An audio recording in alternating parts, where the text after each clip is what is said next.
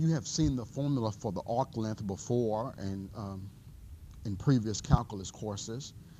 Here we um, take the arc length of a space curve, of a smooth curve, given by some position vector, r of t, or is xi plus yj plus zk.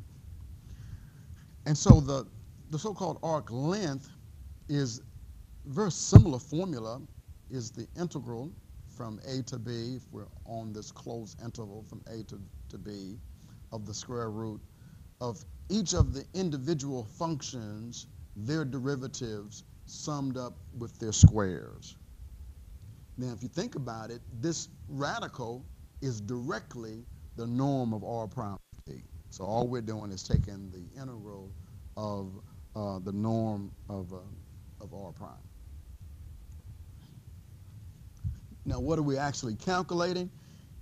If it's a cylinder or a quadratic space, all you're doing is trying to measure the length of a particle as it moves on the boundary of that particular surface. So if you can locate the boundary and calculate its length, we call that the arc length. Here is a helix that I talked about before, where some position vector r, some cosine I plus sine j, plus some term here. It doesn't matter about that term over there as long as it's not trigonometric. What happens is, if you look from the top down, it can look like a circle or a sphere or an ellipse, but then when you turn it sideways, you can kind of see like the roller coaster image that it portrays. This path that it follows is typically with respect to that z path over there. So that's the square root of 1 minus b squared. And again, that term for z could be anything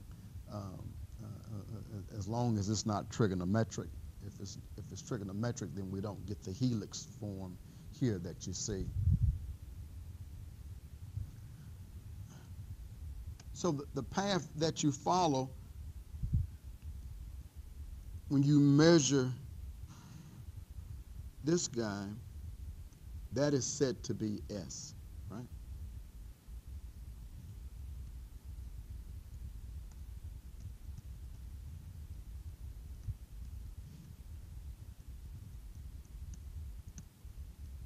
So let's see. Find the arc length over the given interval. So we need r prime of t. That's negative I plus 4j plus 3k. Then we calculate its norm. We get the square root of 1 plus 16 plus 9. We get the square root of 26.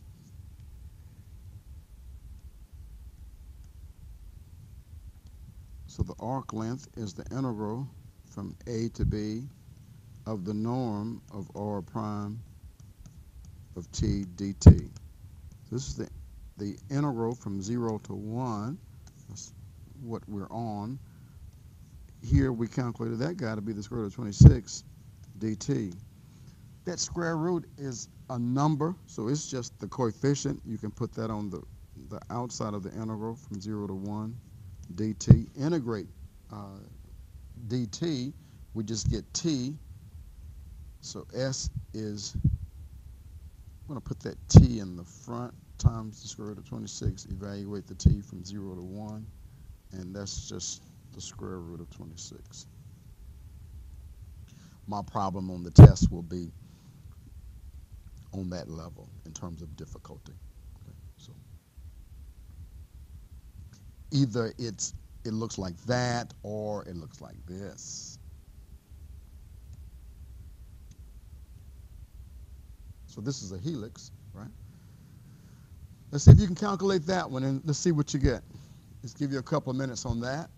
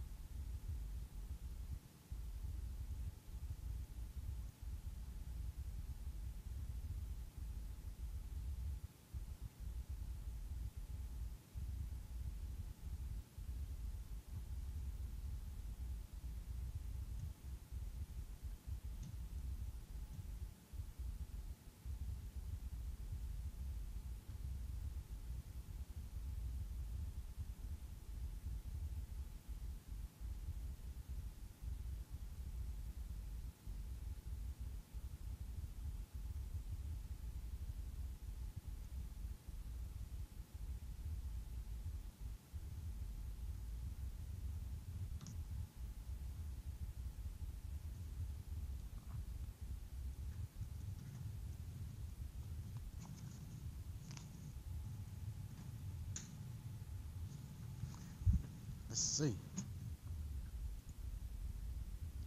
3 pi times the square root of 17 divided by 2.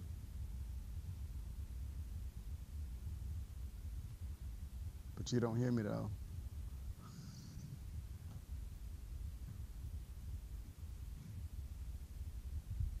Is that what you got?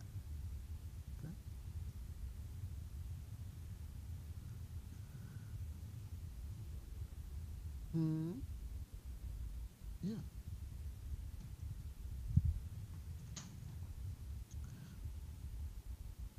So R prime is 4i plus sine tj plus cosine tk. You know, this r is the same as 4ti minus cosine tj plus sine tk. You find its norm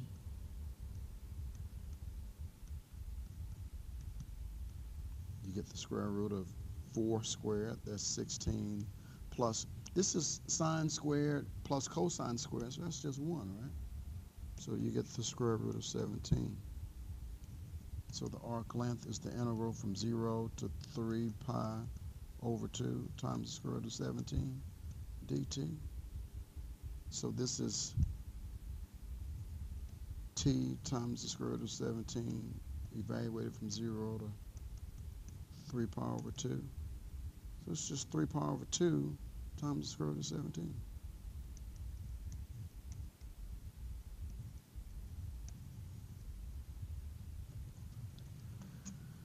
But you don't hear me though. I didn't know that was, you know, I started preaching when I was a kid. I was about 15, 14, 15, and then when I finished with going through the church process of qualification and ordination and all that, I was 17 years old. So before then, I was kind of like, I liked rap music, but back then in the 80s, it was somewhat decent. It evolved into something else, you know, after those years. And so, and, you know, and I called myself Well, I wasn't a DJ. I wanted to be. So I'd be at my grandmama's house, and they had like the little one turntable. So I'm in there with, like the volume, trying doing something, man. And so I always wanted to be, a DJ. It never happened.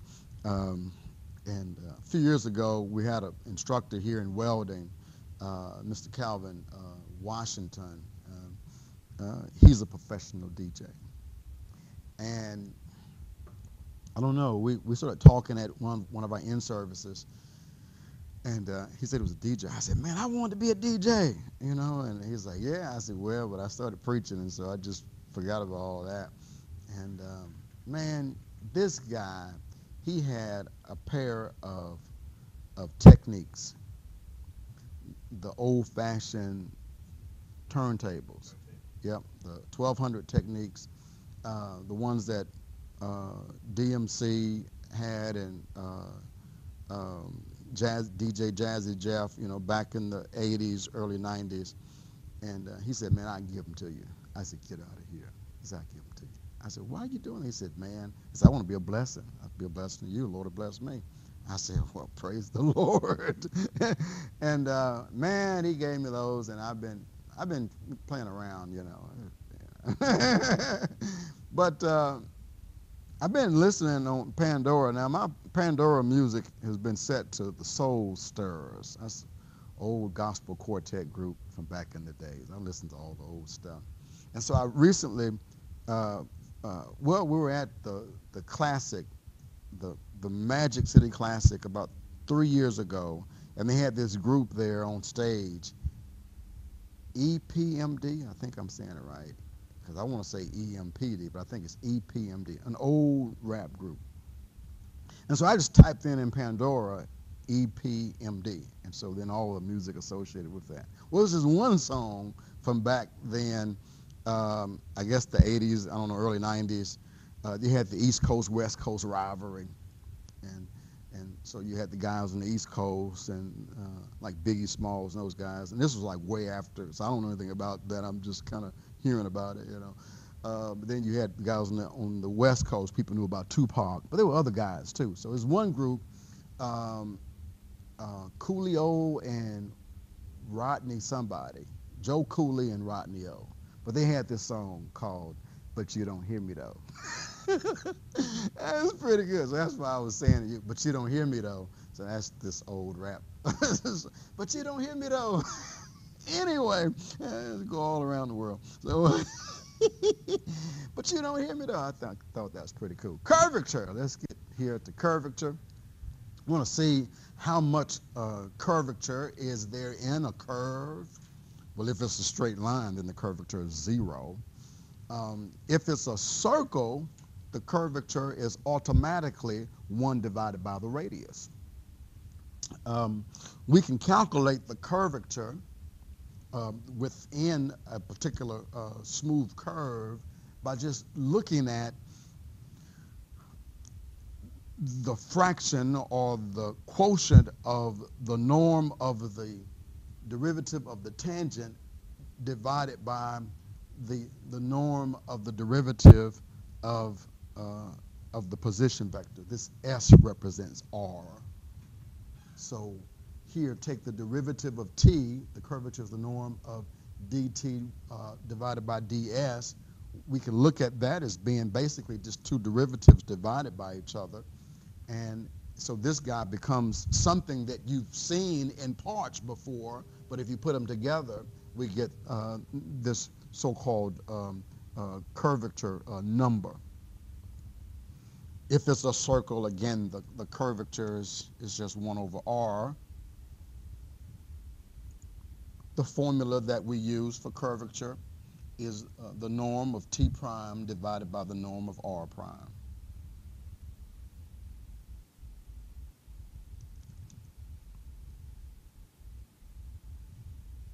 So r prime of t is equal to I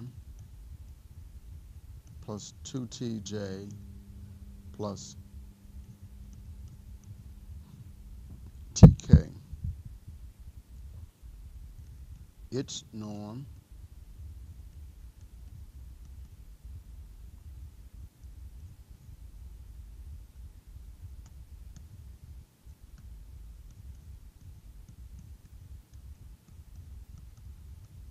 is the square root of 1 plus 4t squared plus t squared.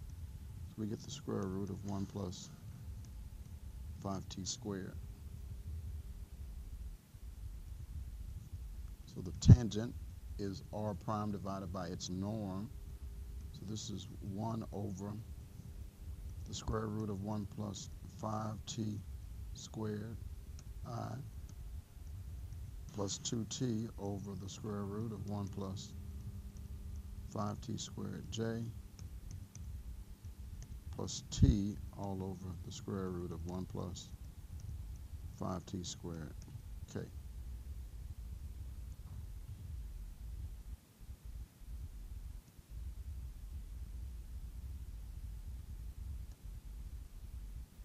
We need its derivative, so t prime of t. Just look at this first term as being 1 plus 5t squared to the negative 1/2 power. So this becomes negative 1/2 times 1 plus 5t squared. Negative 1/2 minus 1 is negative 3/2 times the derivative of the inside. That becomes 10t I plus now this derivative. So that is the derivative of the numerator is 2 times our denominator, 1 plus 5t squared, minus the numerator times the derivative of the denominator. So that's 1/2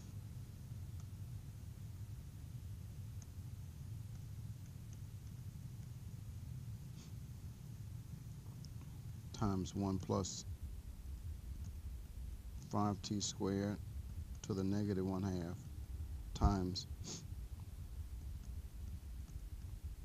10t, that's all over our denominator squared, 1 plus 5t squared, and that's times j.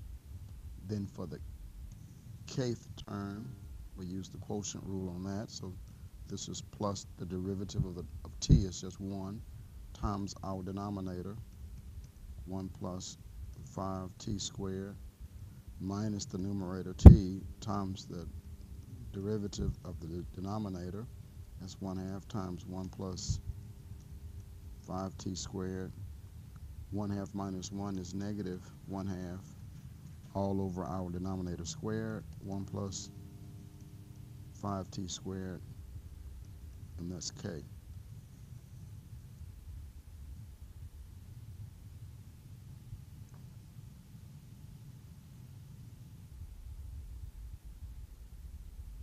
All right, so we keep moving with that, simplifying that. That's t prime of t is equal to, that negative 1/2 times the 10t is negative 5t all over 1 plus 5t squared to the 3/2 power I, plus this term here. Let's see if we can work that out simultaneously. This is 2 times the square root of 1 plus 5t squared. This 2t times that 10t was the 1/2 there. Don't forget that. So that 2 and the 1/2 goes out. So we have left a minus 10t squared over there, and that's divided by the square root of 1 plus 5t squared. So I'm going to combine these two fractions. So this is 2 times 1 plus 5t squared minus 10t squared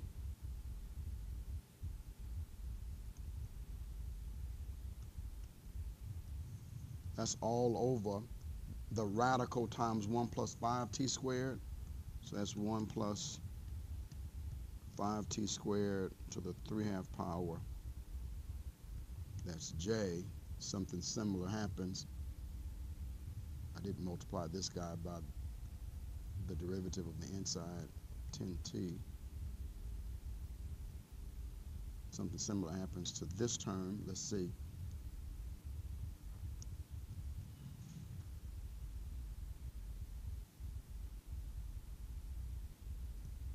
this 1/2 times the 10 is a 5t squared there, and then its denominator is that radical.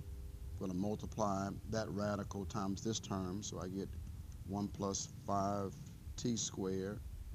That's minus t, and t is t squared. 1/2 and 10 is 5t squared over that denominator times this guy, which is 1 plus 5t squared, the 3/2 power k. Tried to cut through a couple of steps there.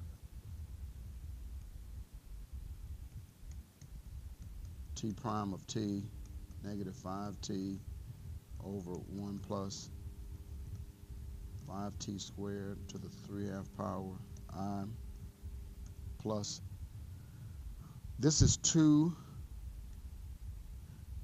times 5t squared, that's 10t squared, minus 10t squared goes out, that's all over 1 plus 5t squared, 3/2 power j, plus the 5t squares over there cancel out. This is 1 over 1 plus 5t squared to the 3/2 power times k. Take the norm of that. It's the norm of t prime of t. Again, the denominators are all the same, so it's going to be squaring that and taking the square root so that denominator stays the same. So now I'm just dealing with the numerator. It's the square root of the negative 5t squared, that's 25t squared, plus this is 4 plus 1, that's 5. That's all over that common denominator, which is 1 plus 5t squared. Oops, too much.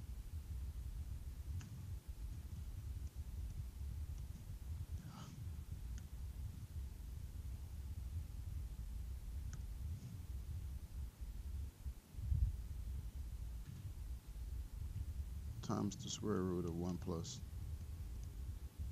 5t squared. That's that denominator. That becomes square root of 5 all over 1 plus 5 times the square root, 5 times t squared.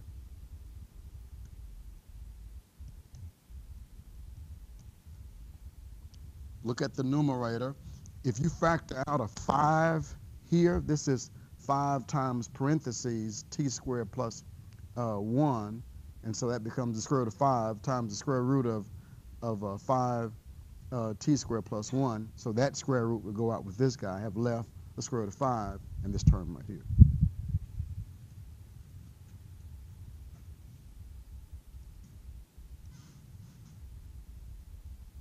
So I need, for the curvature, I need that guy. So the curvature is the norm of t prime of t divided by the norm of r prime of t.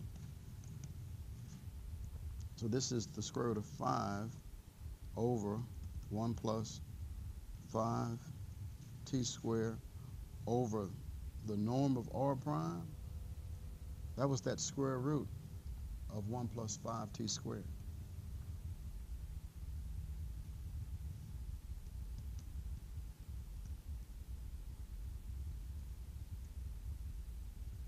Yep, that's it right there.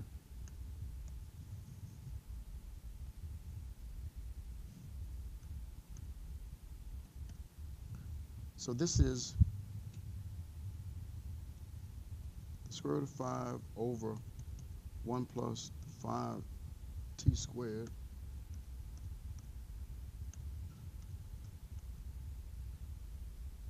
divided by the square root of 1 plus 5t squared. That becomes times 1 over the square root of 1 plus 5t squared. So here the curvature is the square root of 5 over 1 plus 5t squared to the 3/2 power. And for some reason, for this problem, I don't know if there was a number associated with it. Evaluate this at t equal to something. I don't know. I don't have my book. Um, can I see your book? Okay, that's fine. Maybe we can find that particular. Okay, good.